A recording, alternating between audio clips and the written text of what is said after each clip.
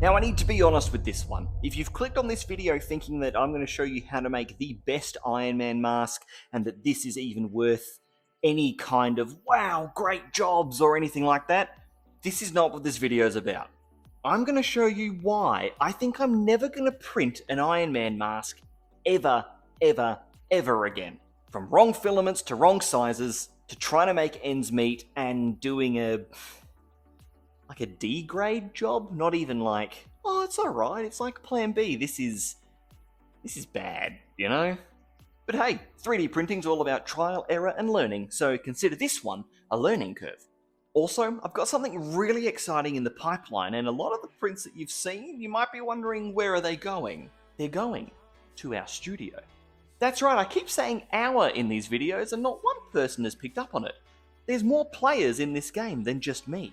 So make sure you're subscribed, because I guarantee the video that we are currently working on, you have never seen anything like it. Quit lacking, and let's get cracking. Hey everyone, I'm Sam from Tentacle Prints, and yeah, look, me and Iron Man aren't really getting on at this point in time. There's a reason Captain America is my favourite Avenger. But before I get into why, for some reason, I just stuffed up everything of this print and couldn't get a single thing right, I just want to prove that I do know how to make a mask. This is my infamous Iron Man mask that came out beautifully. So please don't think that I'm just a guy that has no clue what he's doing. I have a little bit of a clue. Just for some reason, all of my clues went out the window. Let me backtrack and tell you my original idea. So just like everyone that has a 3D printer, at some point you're going to want to print an Iron Man mask. So I hopped onto MakerWorld and found a file I wanted to use. It came in multiple pieces and I thought, great, not only can I print out an Iron Man mask, I'll scale it to my head and I'm even going to print it in silk filament. Now I wanted to print it in silk to really test how different this runs from normal PLA. I know it's more brittle and it can be a little bit more tedious, but the results look stunning. Now this came out in 5 or 6, I think, different plates, so after I got them all in, scaled them to a size that I thought was right, I then looked at the time that it was going to take. I think it was something like 16 or 18 hours for the main piece of the helmet, and thought, you know what, it's silk, let's give it a shot. That is where this started to go very wrong. I'm going to start with these pieces. Now these pieces here actually sit on the ear side of the mask, right? So they're the bits that I guess, I don't know, in the movie it kind of locks all down. I don't really know. As I said, Iron Man's not my favourite, but I thought I'd jump on the train. So these pieces here I noticed looked a little bit small as they were coming out on my build plate. And I thought, surely I've scaled this the right size, right? So I stopped the build plate immediately.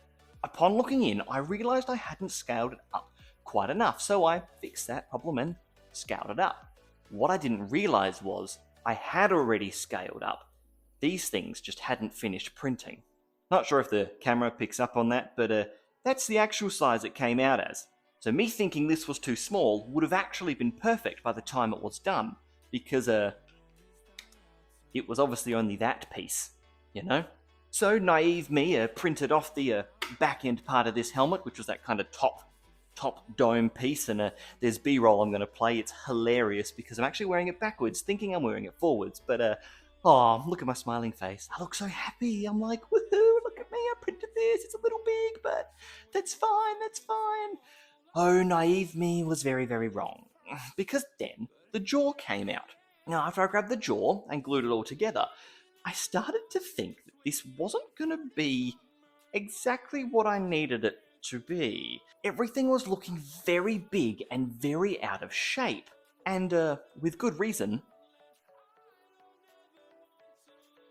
I mean, it's an Iron Man mask that fits my beard in it, but other than that,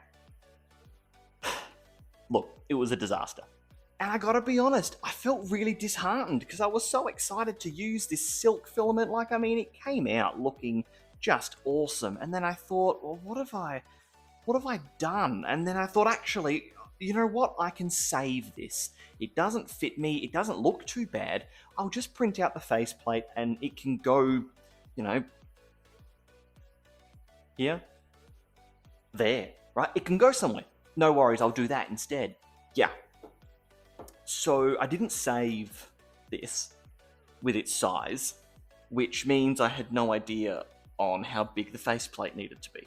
So now I have this, and I'm very sad about it. So after a day or two of moping about how much I stuffed this up, how much time and filament I wasted, I thought, you know what? I don't even need it to fit my head, and I've seen a few prints that are one single piece, as in it's the whole mask in one piece, and I'll just get creative and I'll paint it again. Then in comes this guy. So when I originally got this, I purely just grabbed it off MakerWorld. I'll credit the original designer below, printed it out in yellow PLA filament and just went for it. Did the whole thing top to bottom, thought, you know what, I'll mask it, I'll paint it, I'll do a little bit of playing around to make it look like the classic Iron Man. I was going that, classic red and yellow, not the maroony gold that he's got at the moment, with then his iconic kind of whitey blue eyes, which I'll show you how I did that after. But yeah, look, I'm not proud of this. So after it all printed out in yellow, I then took to spray painting and masked up this front little plate here on the face, keep that yellow, and then painted the rest black. Then once that was done, I masked up his little jaw lines here and then painted the rest red. As I started to peel off the tape, I noticed there was a lot of extra paint that has slipped through all of the masking tape. So you can kind of see as I've got this up close, this is not, by no means is this a perfect, run at all. The underparts are messy. It's really quite messy, especially even up on that top thing. I'm claiming it as battle damage, but it's messy. I've got no other words to describe it. Then I thought, hey, what I'm going to do is I'm going to put these eye light LED things in here because that's going to make it look sick and it will take away the attention from the really sloppy paint job. But what happens when I turn them on is this. You see that honeycomb effect that's purely in the faceplate? If I painted it yellow, this wouldn't be a problem. But because I didn't paint it and I only used the filament, you can see all of the individual layer lines that were in the filament itself. So, just like the Doctor Doom mask that I used to just purely patch up a piece, I ended up putting paper on the inside to kind of buffer some of the light. Look, it still didn't come out perfect. I can't say that, hey, follow my tips and tricks and you'll print the perfect Iron Man mask. This thing is so far from perfect, it's a little bit hilarious. But on a shelf, at a distance, it's okay. So what's my point? The reason I made this video is I wanted to show you guys that it's okay if things don't go right. It's all about how you pivot to make something that you've learnt from. I've gone from an oversized silk Iron Man mask that made 0 sense, and I don't even know where my brain was at when I was putting all of this together, to something that I don't mind having on display, and I know it's not perfect, but I can happily look back and realize that, I overcame a bit of a challenge here, and I was able to turn a bad thing into a D grade, It's a pass. Oh no, C's a pass. Is it a C grade? Would you guys give it a C? Or an F? Oh yeah. So hey guys, look, that's the video, done, finished. I just wanted to share with you what I've been up to, what's been going on, how that came to be. And hey, if you liked this video, why don't you hit that subscribe button? Maybe hit that like button. And don't forget to click that bell. And let me know in the comments section what you guys want me to make next. I'm totally open to anything. Throw something wild at me. Something that might break me, I've had a few prints that have tried, and one of them got close. This one was just more disappointing than anything. But hey, I've now got something half decent that we can look back on, See ya!